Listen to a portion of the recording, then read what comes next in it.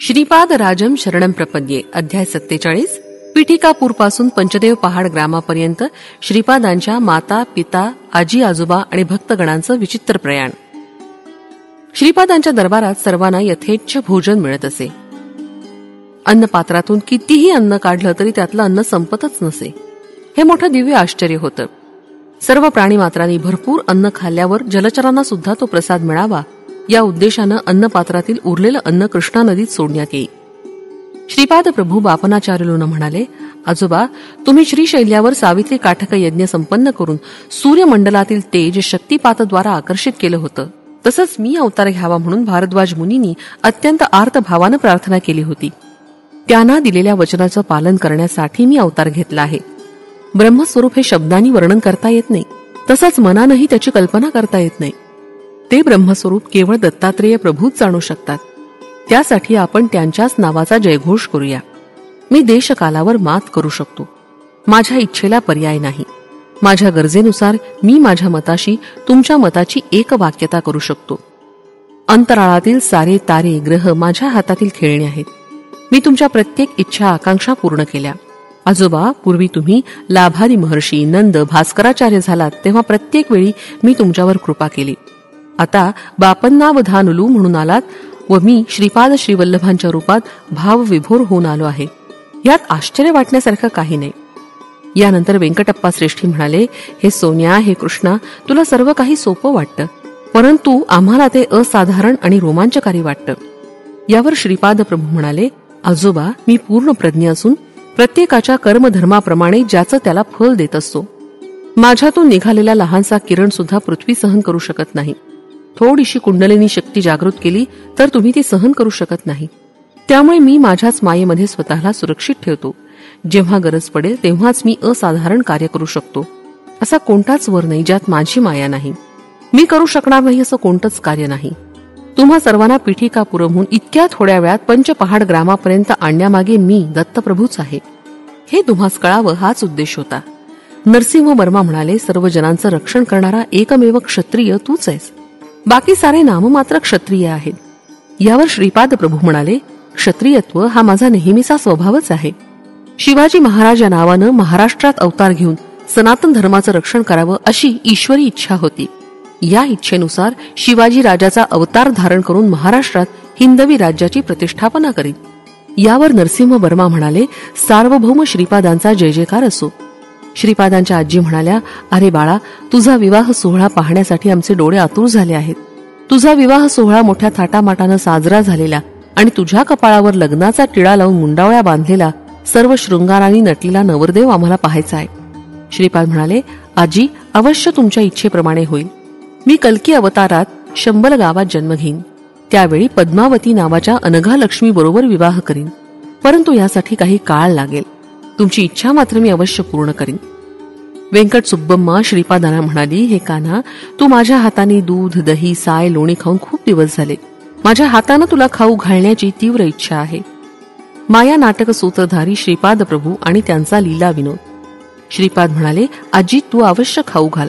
मला आपल्या हातानं खाण्याचा कंटाळा आला आहे. तुम्ही पिठापुरमहून येताना दूध, दही, लोणी आणणार असं मला कळलं होतं, परंतु एवढ्या लांबच्या प्रवासात ते चांगलं राहावं म्हणून तुमच्या वात्सल्य प्रेमानं बंधित होऊन अशी लीला केली की ते जसं होतं तसंच चांगलं राहिलं. आजी, यासाठी मी किती कष्ट सहन केलेत म्हणून सांगू. इतक्या दुरून 18 घोडा गाड्यांना पंचदेव पहाडपर्यंत आणणं सामान्य आहे का? माझं सारं अंग ठणकत आहे. माझ्या हातावर किती वळ उमटलेत ते बघ. खरोखरी श्रीपादांच्या हातावर फोड आले होते. व्यंकट सुब्बम्मानं अत्यंत मृदुभावानं श्रीपादांच्या हातांना लोणी लावलं आणि अंगास गरम पाण्याचा शेक दिला. खरोखर माया नाटक सूत्रधारी श्रीपादांच्या लीला मोठ्या अगम्य होत्या. राजमंबा म्हणाली, हे कृष्णा, तुझा आवडता हलवा करून तो चांदीच्या पात्रात घालून आणला आहे. तू जवळ ये, तुला खाऊ घालते. श्रीपादांच्या 3 आजींनी मिळून त्यांना तो मधुर हलवा खाऊ घातला. परंतु त्या पात्रातील हलवा संपतच नव्हता. श्रीपादांनी ही लीला बऱ्याच वेळपर्यंत चालू ठेवली. ते आजीला म्हणाले, तुम्हा तिघींना माझ्याविषयी अत्यंत प्रेमभाव आहे. तिघींनी मिळून मला एकट्यालाच हलवा खाऊ घातलात तेव्हा मला त्रास होणार नाही का? यानंतर श्रीपादांनी आपल्या भावाला, बहिणीला, मेहुण्यांना तो हलवा आपल्या हाताने खाऊ घातला. तिथं आलेल्या भाविकांमध्ये व्यंकय्या नावाचा एक शेतकरी होता. त्याला श्रीप्रभूंनी दीक्षा दिली आणि आपल्या हातानं हलवा दिला. राहिलेला हलवा गाडीवानांना आणि घोड्यांना देण्यास सांगितलं. ते चांदीचं भांड व्यंकय्यास भेट स्वरूपात दिलं. अप्पळराज शर्मा म्हणाले, बाळा, तू दत्तप्रभू असल्याचं न कळल्यामुळे आमच्या हातून न कळत झालेल्या अपराधांची क्षमा कर. तेव्हा श्रीपाद प्रभू म्हणाले, तात, आपण माझे पिता आहात. पित्यास पुत्रानं क्षमा करायची असते. पित्यास पुत्रानं क्षमा करायची असते काय? तुम्ही मला पूर्वीप्रमाणेच आपला मुलगाच समजून वात्सल्य अमृताचा सतत वर्षाव करावा. तसंच माझ्या अभ्युदयाची आकांक्षा करा. यावेळी श्री व्यंकावधानी आणि त्यांच्या धर्मपत्नीच्या डोळ्यातून अश्रुधारा वाहत होत्या. त्यावर श्रीपाद प्रभू म्हणाले, मामा, आपलं बंधन शाश्वत स्वरूपाचं आहे. मी केवळ तुमचाच जावई असं नाही, तर तुमच्या वंशातील जन्म घेतलेल्या प्रत्येक व्यक्तीचा मी जावईच आहे. मी माझ्या दिव्य लीलांनी तुम्हाला सुखवीत जाईन. कलकी अवताराच्या वेळी पद्मावती देवीचा वधू स्वरूपात स्वीकार करून तुमची मनोकामना पूर्ण करीन. सुमती महाराणीचं दुःख दूर करीन. तिचा लाडका पुत्र सर्व पुत्रांप्रमाणे नवरदेवाच्या स्वरूपात नटलेला न पाहता एका यतीच्या रूपात वैराग्य धारण केलेला पाहून ती दुःखी झालीय. श्रीपाद प्रभू आईकडे पाहून म्हणाले, आई, तू आणि अनसूया माता मला वेगळ्या वाटतच नाहीत. तुम्हा दोघींच्या मनोकामना मी कलकी अवतारात नक्की पूर्ण करीन. श्रीपाद प्रभू पुढे म्हणाले, आई, तुझ्या गर्भातून जन्म घेतल्यानं मी केवढा महान झालो. तुझ्या वात्सल्यामृतानंच माझं भरण पोषण झालं. माझी बहीण वासवीनं केवढं महान कार्य केलं ते पाहिलंच ना. मला भूक लागली असताना माझं लहान बाळात रूपांतर करून अनसूया मातेजवळ दुग्धपान करण्यास पाठवलं. व्यंकय्या त्यावेळी म्हणाले, हे महागुरु, आपल्या चरणी एक नम्र प्रार्थना आहे.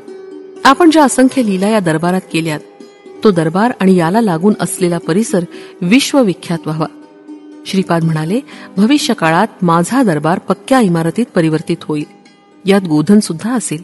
यात माझ्या कितीतरी लीला प्रदर्शित होतील. हा माझ्या डोळ्यांनी पाहिलेला भविष्य काळातील अनुभव आहे. तिथं जमलेल्या सर्व भाविकांना गाढ निद्रा लागली आणि काही क्षणातच मी, तो संन्यासी श्रीपाद प्रभू आणि त्यांचा संपूर्ण दरबार सारंच अदृश्य झालं. त्याचं काय झालं असेल याची मला हुरहुर लागली. हे सारं राक्षसी मायेनं झालं असेल अशी मला शंका आली. यावर श्रीपाद प्रभू म्हणाले, माझ्या सान्निध्यात कोणतीही राक्षसी माया कार्य करू शकत नाही. मी त्या सर्वांना सुरक्षित रीतीनं पिठिकापुरमला नेऊन पोचवलं. ही एक महान अनुभूती होती. मला जे ज्या भावानं भजतात त्याच भावानं मी त्यांचं रक्षण करतो, हे माझं व्रत आहे. श्रीपाद श्री वल्लभांचा जय जयकार असो. फलश्रुती, सर्व शुभ फल मिळण्यास